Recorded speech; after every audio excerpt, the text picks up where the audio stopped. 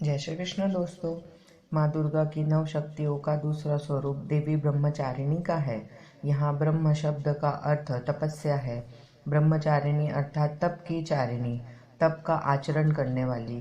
कहा भी है, वेदस्त्वम तपो ब्रह्म वेद। तत्व और तप ब्रह्म शब्द के अर्थ है। ब्रह्मचारिणी देवी का स्वरूप पूर्ण ज्योतिर्मय एवं अत्यंत भव्य है। इनके दाहिने हाथ में जप की माला एवं बाएं हाथ में कमंडल रहता है। इनके जन्म की कथा इस प्रकार है।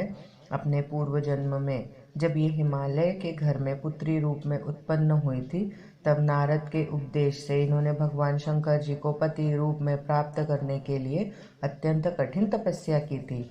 इस दुष्कर तपस्या के कारण इन्हें तपश्चारिणी अर्थात ब्रह्मचारिणी नाम से अभिहित किया गया।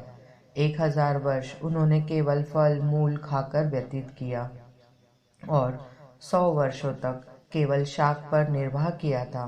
कुछ दिनों तक कठिन उपवास रखते हुए देवी ने खुले आकाश के नीचे वर्षा और धूप के भयानक कष्ट सहे।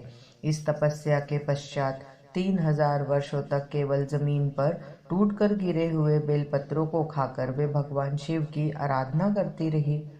इसके बाद उन्होंने सूखे बेलपत्रों को भी खाना छोड़ दिया और कई हजार वर्षों तक वे निर्जल और निराहार तपस्या करती रही। पत्तों को भी खाना छोड़ देने के कारण उनका एक नाम अर्पणा भी पड़ गया।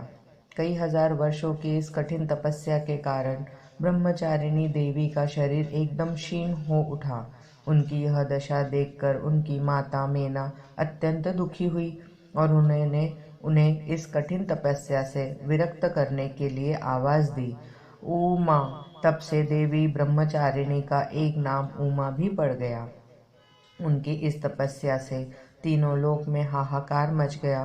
देवता, ऋषि, सिद्धगण, मुनि सभी देवी ब्रह्मचारिणी की इस तपस्या को अभूतपूर्व पुण्य कृत्य बताते हुए उनकी सराहना करने लगे। अंत में पितामह ब्रह्मा जी ने आकाशवाणी के द्वारा उन्हें संबोधित करते हुए प्रसन्न स्वर में कहा, हे देवी, आज तक किसी ने ऐसी कठोर तपस्या नहीं की है जैसे तुमने की है।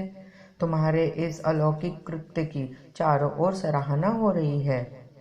तुम्हारी मनोकामना सर्वतोभावेन परिपूर्ण होगी। भगवान चंद्रमौली शिव जी तुम्हें पति रूप में प्राप्त अवश्य होंगे। अब तुम तपस्या से विरत होकर घर लौट जाओ। शीघ्र ही तुम्हारे पिता तुम्हें बुलाने आ रहे हैं। ये थी माँ ब्रह्मचारिणी की कहानी। जय श्री कृष्ण दोस्तों।